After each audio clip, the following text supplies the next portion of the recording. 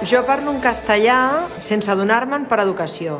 Quan al matí vaig a buscar un cafè al bar, no m'entén si li demano en català i he de canviar de llengua. Amb les meves amistats, com de tota la vida, per així dir-ho, castellà. Quan em dirigeixo a algú que no conec, parlo castellà. En els àmbits de tota la meva vida intento fer servir sempre el català, però que té un punt de fins i tot classista i racista, parlar-los d'entrada en castellà. Jo sóc una noia navarresa, que els meus amics es dirigeixen a mi sempre en castellà des del primer moment. Per mi és un problema perquè no puc practicar-ho més. Em veuen que soc de fora i em parlen el castellà, però jo també sé parlar el català. Alguns consideraven que la parla catalana era una parla de poble i de segona categoria o tercera, que quedi clar que aquí la llengua de Catalunya és el català i és la que hem de fer servir habitualment.